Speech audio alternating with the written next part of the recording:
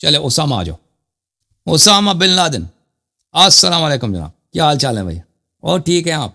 Usama bin Laden کو unmute کر دو بھائی. اسامہ بن لادن کو کس نے؟ السلام علیکم. علیکم السلام. کہاں سے کال کیا بھائی آپ نے؟ میں نے بہاول پور سے، پاکستان سے. تھینک یو سر، حکم کریں. سر جی میں نے آپ سے 2-4 سوال کلیئر کروانے تھے. جی بولیں. یہ مسئلہ ہے کہ آپ کی جو کتابیں ہیں، جس جی طرح آپ کہہ رہے ہیں کہ سنی علماء کی کتابیں ہیں، ان کی تاریخ اس طرح کی ہے کہ اس میں تبدیلی ہو گئی ہے یا کسی نے اپنی طرف سے ڈالی ہیں. تو جو آپ کے پاس کتابیں ہیں ان کی سر جی جو پختہ ہونے کی دلیل ہے، یا یہ آپ کہتے ہیں کہ اہل بیت علیہ السلام سے منسوب ہیں، تو اس کی دلیل کیا ہے؟ وہ تھوڑا سا کلیئر کر دیں. اس کی دلیل یہ ہے کہ اہل بیت طاہرین علیہم الصلوۃ والسلام شروع سے اپنے اصحاب کو کہتے تھے کہ ہماری احادیث لکھا کرو. وہ کتابیں لکھاتے تھے، احادیث لکھاتے تھے. ان کے اصحاب جو تھے ایسے نہیں تھے کہ کسی نے کسی سے سن لیا، نہیں، وہ مصنف تھے. اور ان کے اصحاب بھی مصنف. ہماری احادیث کتابوں سے لکھی گئی، معتبر کتابوں سے، جو حضرت امیر المؤمنین علیہ السلام کے زمانے میں لکھی گئی ہے. ٹھیک ہے نا؟ جو امام حسن، امام حسین علیہ السلام کے زمانے میں، جو حضرت امام باقر علیہ السلام، امام صادق علیہ السلام کے زمانے میں کتابوں سے مت اسی نصوص کو دیکھ کر کلینی نے، ان لوگوں نے، صدوق نے کتابیں لکھی ہیں. تو اس لیے نہایت ہی معتبر ہے. تو سر جی پھر مجھے آپ تھوڑا سا یہ بتا دیں کہ جو یہ تو ہو گئے نا آپ کے جو اختلافی مسئلہ ہے سارے، جی ان پہ آپ باتیں کرتے ہیں ان کتابوں سے، لیکن جو ایک عام بندہ ہے، مزدور بندہ ہے، یا جو آفس جاتا ہے روزانہ، شام کو گھر آ جاتا ہے، تو نماز پڑھنی ہے، اپنے معاملات دیکھنے ہیں، بچوں والے، فیملی والے سارے، علماء کا کام ہے کہ ان کو سکھا دے بھائی. علماء کا کام ہے کہ ان کو سکھا دے. دین سیکھنا سب پہ واجب ہے. ٹھیک ہے نا؟ ایسے لوگوں کی ذمہ داری ہے کہ وہ کوشش کریں دین سیکھ لیں. دین کہاں سے سیکھا جاتا ہے؟ کوئی کتاب پڑھ سکتا ہے، کتاب پڑھنے کا ٹائم ہے. کسی کو کوئی کتاب نہیں پڑھ سکتا. ایسا نہیں کہ اگر میں کام کرتا ہوں، مزدوری کرتا ہوں، تو میں کتاب بھی نہیں پڑھ سکتا، کتاب پڑھنا بھی نہیں آتا، تو اب دین کی چھٹی ہے، مجھ پہ عمل کرنا واجب ہی نہیں، میں نہیں سیکھنا. اس کے لیے ضروری ہے کہ وہ سیکھ لے.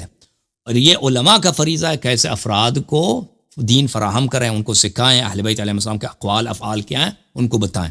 ٹھیک ہے نا؟ اب یہ تو معاشرے میں ہوتا نہیں ہے نا، معاشرے میں یہ چیز نہیں ہوتا، لیکن اس کا کوئی، اس کے علاوہ کوئی چارہ ہے نہیں. دین کا یہی، اہل بیت علیہ السلام کا فرمان یہی ہے کہ عوام کو چاہیے کہ سیکھ لیں جتنے ان کی استطاعت ہے، جتنے ان کے پاس طاقت، اور علماء کا کام ہے سکھائیں. ٹھیک ہے نا؟ اب نہ عوام سیکھنا چاہتے ہیں، نہ علماء سکھانا چاہتے ہیں. تو اور کوئی طریقہ کار نہیں ہے بھائی. کوئی جادو میں آتا ہے بھائی، کوئی کسی طریقے سے ہم کوئی طلسم بنا دیں، کوئی ایسا کام کریں کہ ایک دفعہ سب کو پف علم آ جائے نا. ہم خود کر لیتے ہیں بھائی، اپنے آپ کو کر لیتے ہیں، پڑھنے کی ضرورت ہی نہیں ہوتی. ٹھیک ہے نا؟ مطالعہ وغیرہ ایک دفعہ جادو کر لیتے کہ ہمیں خود اتنا علم آ جائے اچانک ایک دفعہ آسمان سے، بوم، ختم. پر کسی کو پڑھنے لکھنے کی ضرورت نہیں ہے. وہ ہمیں نہیں آتا بھائی.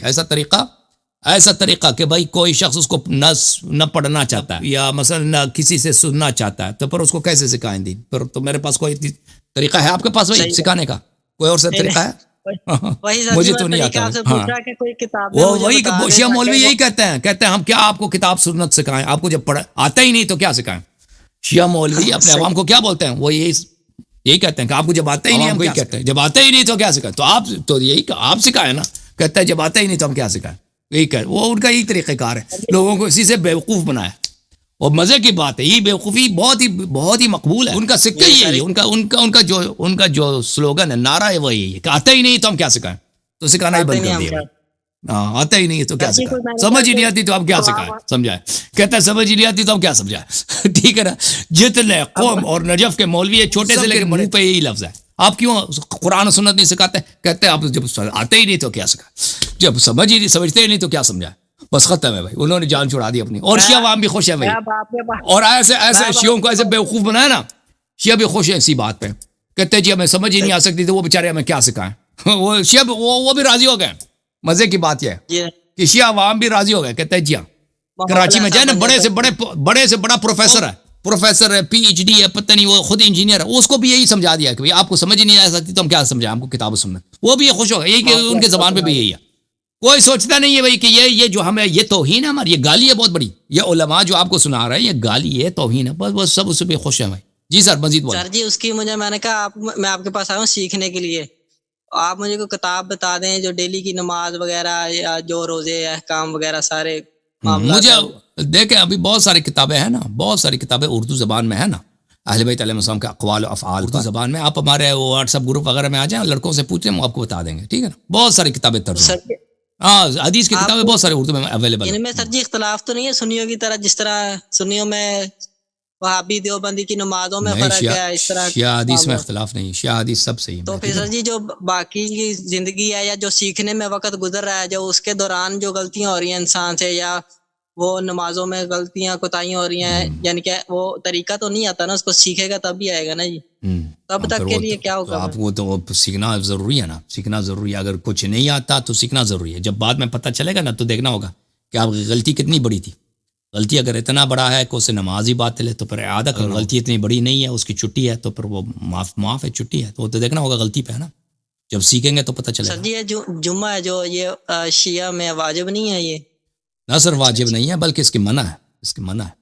نہ صرف واجب نہیں ہے بلکہ یہ جب جتنے لوگ نماز جمعہ پڑھاتے ہیں, نماز عید پڑھاتے ہیں, یہ بہت بڑی غلطی کرتے ہیں, ٹھیک ہے نا. ایک آدھی کتاب میں بتا دیتے میں آپ کو لیکچر دوں گا نا اس پہ, میں حدیث وغیرہ دکھا دوں گا.